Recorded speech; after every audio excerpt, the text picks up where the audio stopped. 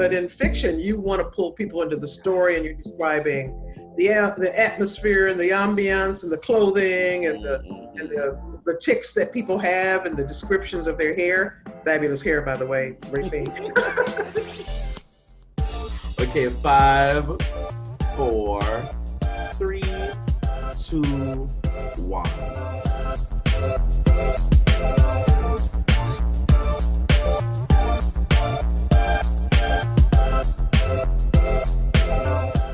Hi everyone, it's me, Krylios, Team Rayceen Productions MC and producer. And joining me today, as usual, is the fabulous and legendary Rayceen Pendarvis. Hey, Rayceen. How are you, my love? Greetings and salutations all. We are so excited to be here. Ladies and gentlemen, I present Cheryl Head. Hello, everyone. It's so good to be with Rayceen again and Krylios with you as well. I enjoy your work, Rayceen, and I love you. You know that. So, anything you ask me to do, I will do. So let me tell you about my work a little bit. I've been writing full-time since about 2011. Before that, I worked in public broadcasting. So I've always been a writer, but I've been writing, producing scripts and news copy and proposals, that kind of thing. So to write fiction really was a different muscle to flex for me. I'm enjoying writing a series that's set in Detroit, which is my hometown. Shout out to Big D. And it's set in the mid-2000s, and it is a mystery series. And the protagonist is an African-American lesbian woman named Charlie Mack. Kick-ass, smart, don't take no shit.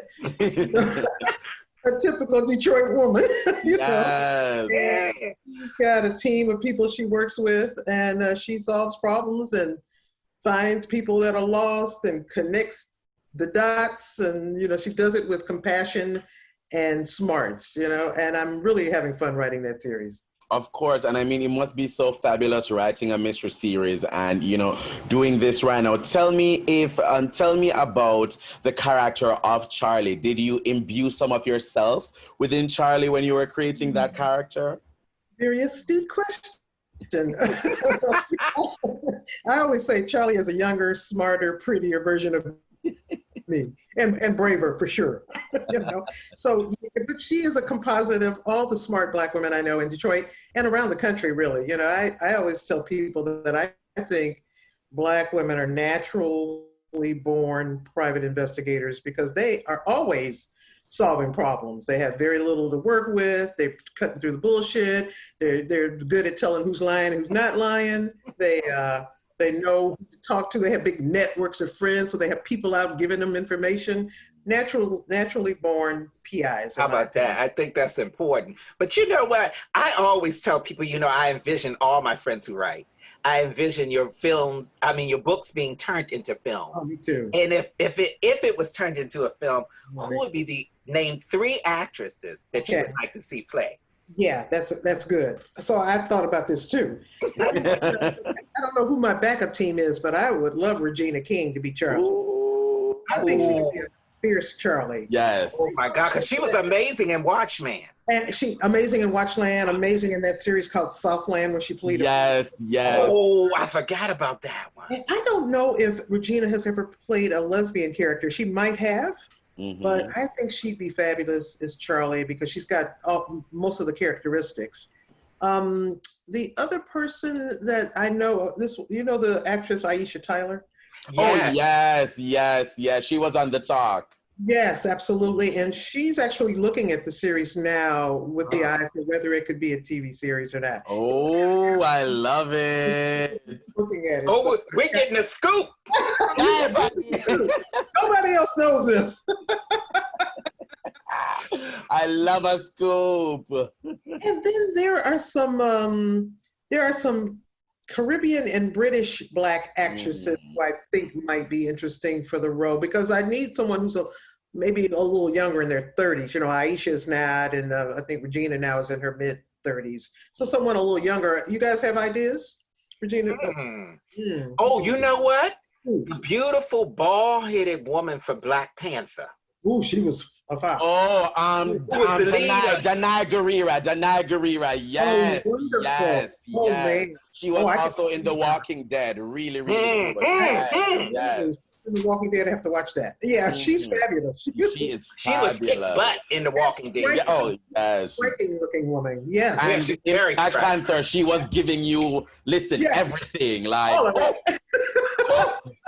I live. I think that would be a wonderful choice I as well. like I that think that, idea a lot. yes, I love that. And you mentioned, being from Detroit and that being a part of your big. As a matter of fact, it's almost like Detroit is its own character within the Absolutely book. right. You know, Is a yeah. place to be reckoned with, like other cities, like Baltimore, I think, is that kind of place.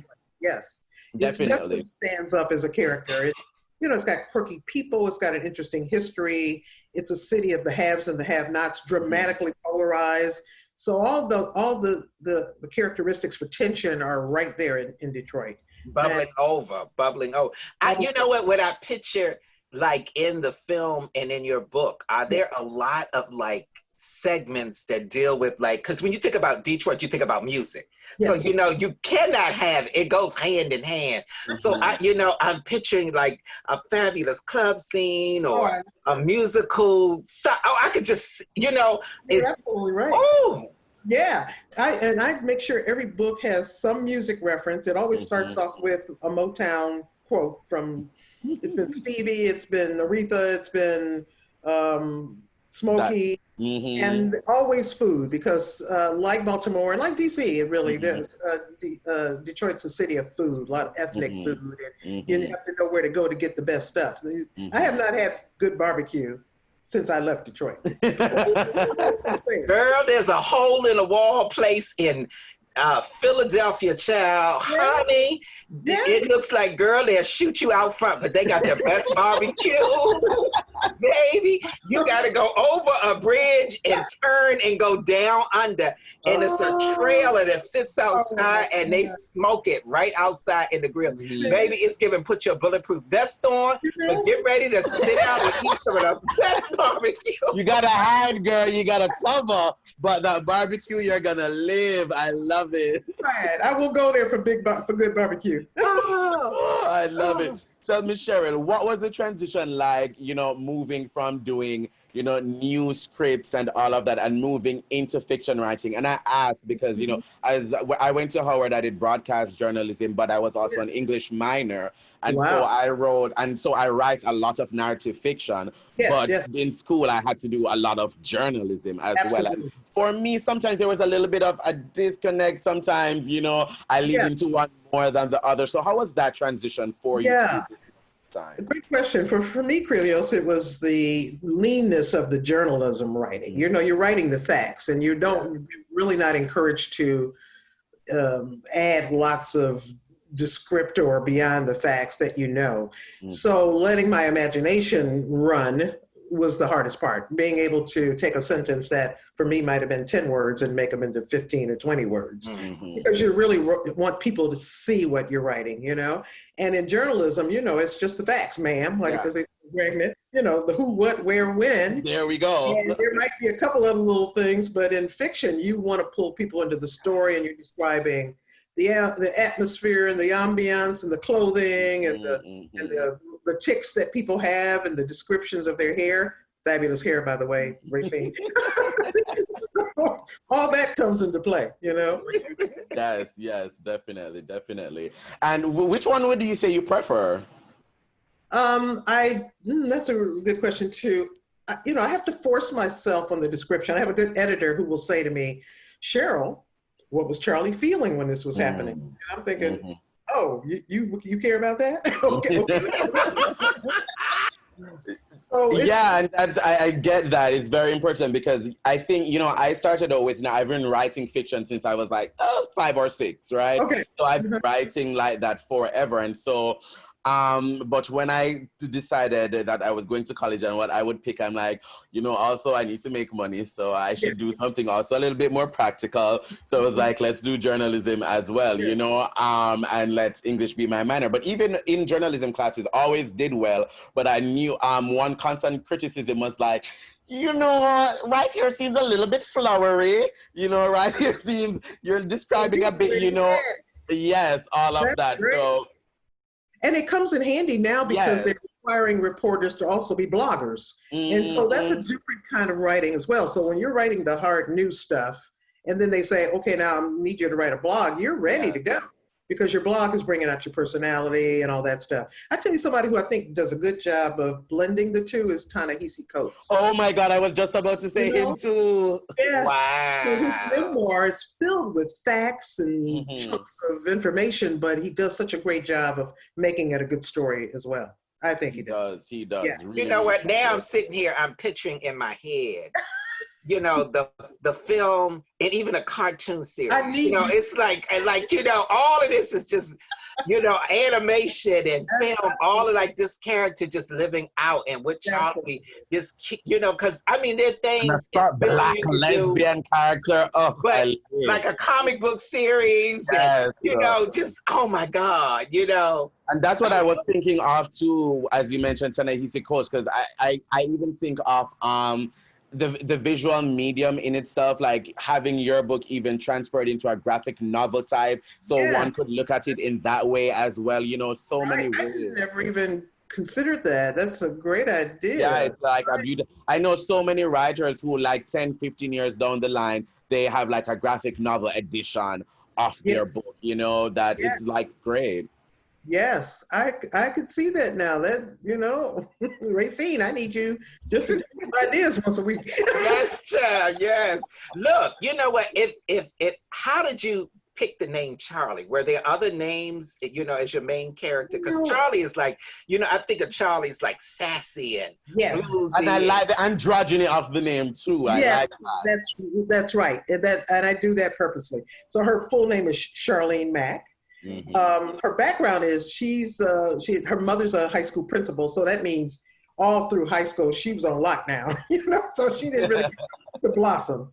But she went away to college and really acted out in college, explored her sexuality, did all the things she couldn't do while her mom was the principal. And she took a lot of time to find herself. So the series starts off with her considering herself bisexual because she's been married. She's now divorced from the man she married, and she's having relationships across the spectrum. But she meets this woman in book 2, and their relationship is part of the series, and now considers herself a lesbian, although she doesn't really talk about the labels so much. You know? So I like the fact that Charlie is kind of an androgynous name. People don't know what to expect when they pick it up. But she also has, within the book, a really strong relationship with her mother, who has early onset Alzheimer's. Oh, wow. And I wanted to explore that relationship as the daughter of a parent with that debilitating and ugly disease. And I think it adds a different layer of storytelling. And people have said they really love that she has that relationship with her mother, who's a feisty, independent, strong woman herself. That's beautiful. I love that. You know, let's get into the newest book in the series. Tell me about it. Tell me, what can readers, you know, expect right now from Find Me When I'm Lost? Okay. So I wanted to bring the drama to this book. So Charlie gets the call late at night, you know, the one you always see in the movies from, who knows it's from. The phone rings, she's with her partner. She picks up the phone and it is her ex-husband's new wife, who she's never met. She didn't go to the wedding, and they don't know each other. And it turns out the husband has been accused of murder, and she's calling Charlie to get help to find him because he is gone. They can't find him, which is the Find Me When I'm Lost part of the title. So she and Charlie get together. They sort of partner to find the ex-husband. They don't like each other. Charlie's an African-American woman. The new wife is this white Barbie doll lady. They don't hit it off. Karen. She is Karen. There's a scene in the middle of the book where Charlie has to be held down from kicking bitch's ass. You know? So it's fun. I like that part of it. But it's also about family secrets, and it's about loyalty. and whether blood relationships are thicker than other kinds of relationships. So it's really about it. That whole saying is blood thicker than water.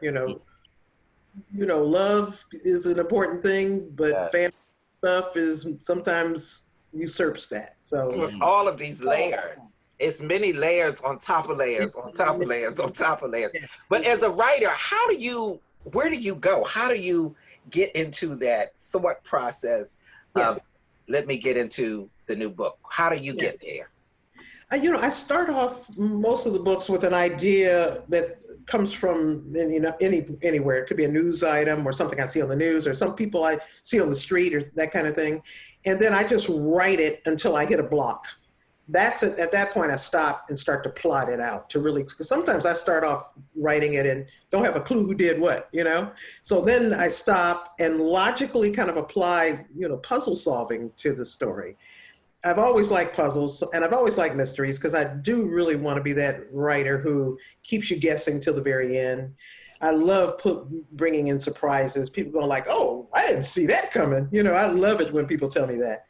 And so it is a mix, Rayceen, of both what they call pantsing, writing by the seat of your pants, and plotting, where I'm doing an outline so I know which chapter what point I'm hitting in each chapter, and developing the character and the plot as I go along with the outline. That's interesting. I always thought, because I always like when we all write, because all three of us are writers. So it's a funny process of how do you do. Really but you know what I do? I always, when I write before I go to the computer, I still write in a notebook. And me too. Good for you. And then you put it on the computer. And then I put it on the computer. Yeah, and then the thing is, I'll have ideas that will just come to me, and I'll just grab my notebook and write it down at the same time because I don't want to lose it. I'll do that all the time. I have bunches of little notebooks with things, and then every once a month I'll pick it up and go like, oh yeah, that idea, I need to work that in. Right. What I do sometimes when I don't have an idea, I'll read poetry. Because poetry just opens me up to imagining the possibilities of things. Wow. So I read Jericho Brown and other folks that we know, and it really just helps me. And sometimes I'll have an idea and walk around with it for a couple of days before it really solidifies in my head. That's amazing. Wow. Yeah. I tell you, the best time though is when the characters actually speak to you, and that's only happened a couple of times. But when those characters tell you what's getting ready to happen and what they want to do, you go with it. You're like, all right, girl, I hear you. I hear you. You're not standing in the way of that. I love that. Do you find yourself, I'm sorry. No, I was saying it's always good when the character takes on a life of its own. And many times you get like very, very acquainted with these characters that you created. And it's like, you know them. You're like, oh no, Charlie wouldn't do this. This is not a thing Charlie would do. And sometimes they say, no, I'm not doing that. Like, oh, you sure? Like, no, girl, this doesn't work. This is not me. That's not my character. That will not be my narrative, Cheryl. At all. Do you find yourself sometimes in the middle of the night, like 3, 4 o'clock in the morning, getting up writing? I don't, but I have a little notebook and a recorder next to the bed. So in the past, I've written down stuff, and then you'd wake up 7 o'clock and you go like, what does that say? So now I use an audio recorder so I can just say it out loud and play it back to myself. Wow. So that's one of the techniques I use. Well, and the other thing I do is when I first wake up, and I wake up much earlier than 7, like usually 5:30, and I'll lay there for a while and just see what comes to me. I really use that reverie time to create an atmosphere for receiving the messages from the universe about, what I should do for that day and what I should write and what I should be thinking and what apologies I need to make and who I should reach out to and all that stuff. That's magic time to me. Wow. That's when it's the most creative. It's like spirit and creativity meeting. Absolutely. That's exactly right. I don't think you can do it without spirit. I mean, maybe you're not conscious that you're using spirit, but I like to be conscious of it. It's the driving force, know. It's a lot of times something will gnaw on you and gnaw on you. You'd be like, okay, all right, I hear you. Exactly. And I know you have your newest book right there with you. So if you want to hold it up and show us, and also tell our audience how they can go ahead and purchase the book and online, especially now I know people are inside, they need something to read. So go ahead and let us know. So find me when I'm lost, which is the 5th book in the Charlie Mack Motown Mysteries, and it can be found on Amazon, at Barnes & Noble, at Politics and Prose here locally. You can get it at many of the libraries here because they have a good relationship with the libraries here in DC. You can get it on most online stores. It's available wherever you buy your fine books, as they say. I love it. And how can or viewers, keep up with you and whatever you're doing? Yeah, I'm getting better at Instagram. I know I need to be, so I'm at Instagram at Chead Writes. My Twitter account is CheadDC, CheadDC. Facebook, Cheryl A. Head, and my website is CherylHead.com. And I'm keeping the website and my blog there up to date, so you can find out what I'm doing. And during COVID-19, we're not doing as many public appearances, but we're doing lots of Zoom things. I do a regular series called Noir at the Bar, where crime writers read their works, and I'm not saying no to any opportunities, actually. I don't blame you. Yeah. Definitely not. Listen, Cheryl, once again, it's been such a pleasure having you here. I just have so much fun talking to the two of you. I just the time. I'm just happy. We should be having cocktails, okay? Yes. Listen, we need to. Thank you. Look, brunch with a book. Yes, honey. Yes. Rayceen, you're masterful at this. Always got an idea, honey. Always got an idea. Thanks so much for joining us, Cheryl. Thank you very much. My pleasure. Oh, thank you. And most of all, thank you for watching.